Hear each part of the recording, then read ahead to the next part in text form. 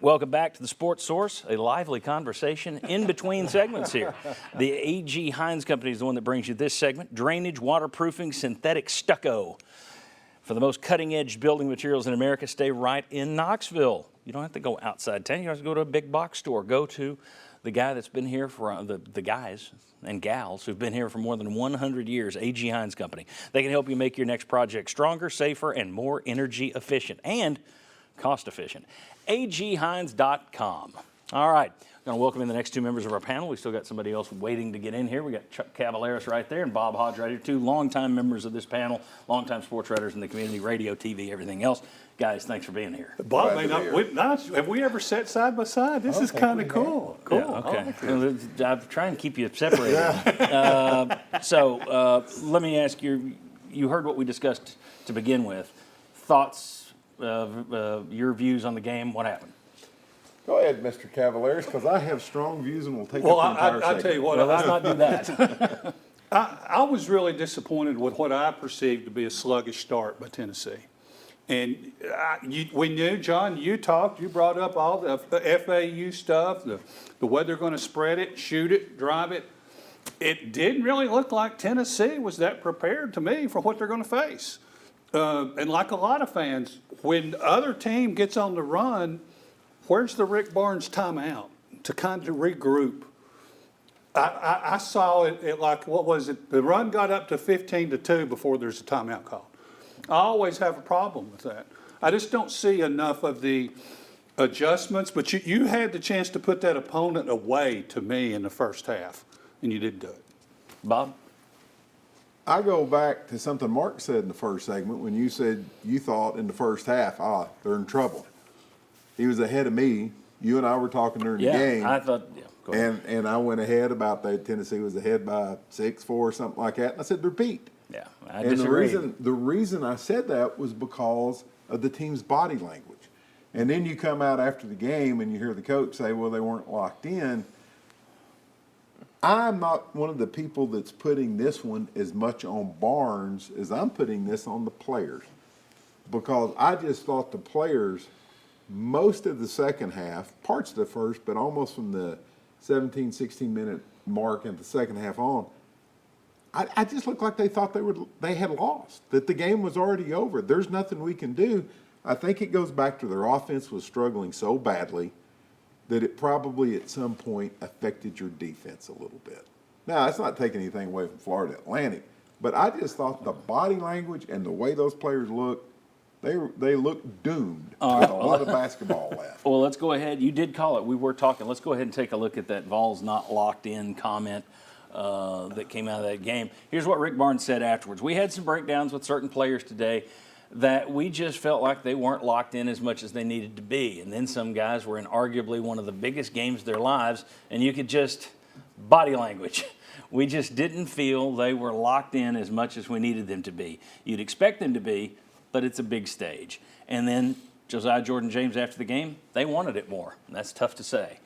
Mark, there are a lot of people, the people who are anti-Rick Barnes, they always, whenever you're anti-coach and you hear a statement like that, it's the coach's job to get him up. That's why we're paying you, et cetera, et cetera, et cetera. I'm a little like Bob here. I find it difficult. At some point, you can't crawl inside every single game. You can give a pep talk and get a guy ready once in a while, but at some point, the athlete has to do it on his own. Mm-hmm. Am I right? Are we right? Are we wrong? Who's to blame for not being locked in? Players, coaches, both? What? To me, it's always both. I think from a coach's perspective, and not that they didn't try, but you got to try. You got to do certain things. You got to try to make adjustments to get guys locked in, or maybe make adjustments with substitutions. But sometimes broad statements are really just specific towards one guy or a couple guys. And to me, it was Olivier. I mean, it was an obvious, and there's been talks about that all year, that the reason for his inconsistency is because he's not locked in. He reads the press clipping, so to speak, at times, and that just affects him. And at this level, it's those little things. Well, he didn't even score until 5 minutes to go in the game? Right. Yeah, but fans talk about the offensive side, but what he's referring to is execution. It's are you executing? Yes, defensively, but offensively, are you Olivier's lack of attention to detail and the body language is the fight for post position. Yes, he made threes. He made some perimeter jump shots in the Duke game. But Barnes is a get the ball inside type of guy. And if guys aren't posting the ball up, that's why he played Euros, because he was fighting for interior space. Olivier wasn't doing that. Josiah wasn't doing that. Let me give you and those are two guys, we've said that all year. 20 points this game, 7 points the next, 2 points. 20 points, they tease you with it, and then it goes away. This is going to have to be very quick. You made the comment to me, we were texting after the game. You were at Orlando last week, and you said right after that game ended, you're like, I almost wish Tennessee had another blue blood in front of them. 100%. Because they get up for that. The coaches talked about they were more concerned about Louisiana than they were playing Duke. They were more concerned about playing an FAU or a blue blood because of the mantra of these guys.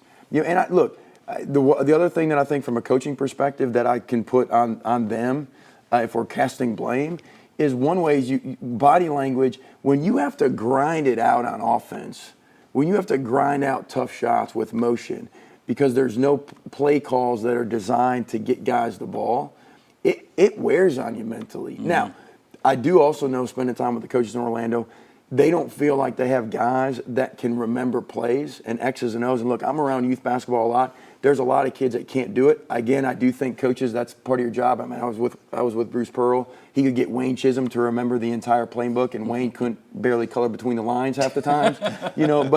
But so there's some of that. The blame goes all around. But Olivier, that body language, it's those guys. But you've got a senior-laden team, and you have paid the price to get to where you are. And to me, it's totally acceptable to say, we just weren't locked in today. That's the end of your season. There's got to be more in the heart than that, doesn't there? Yeah. Bob, close it out quickly. Just very quickly about the playing the blue blood thing. If Tennessee had played Duke and then had a day off and then played FAU, I would have not been as surprised by that performance. Yeah. But with the time you had in between, it still surprised me. Even though it wasn't a big name, even though they weren't highly touted except anywhere but here, it still surprised me with everything you had on the line that you looked. And the word I come up with is lethargic. Okay.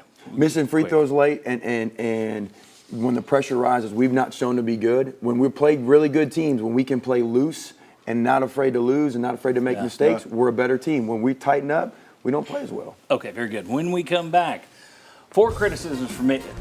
Mark will admit I think he's tired of hearing all the criticisms all week, so I'm going to give him 4 more, and some of them may be over the top just for the sake of being over the top. We're going to let him tell me which ones are fair or unfair. It could be a fist fight next on the Sports Source. Come on back.